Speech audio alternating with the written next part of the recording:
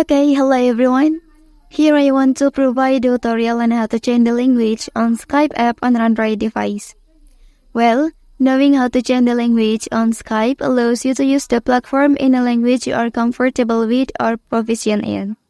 This is particularly useful if you speak multiple languages or if you prefer using applications in a specific language for clarity and ease of use. So, let's go to the tutorial. Okay, first thing first, go ahead and open Skype app on your device.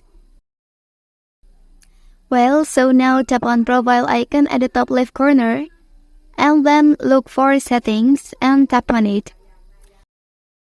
Well, after that, here you can select general menu, and then tap on language option. Okay, and here you will find many languages available for you, and simply tap on the preferred language, and then click apply here. Okay, that's the tutorial on how to change language on Skype app on an Android device.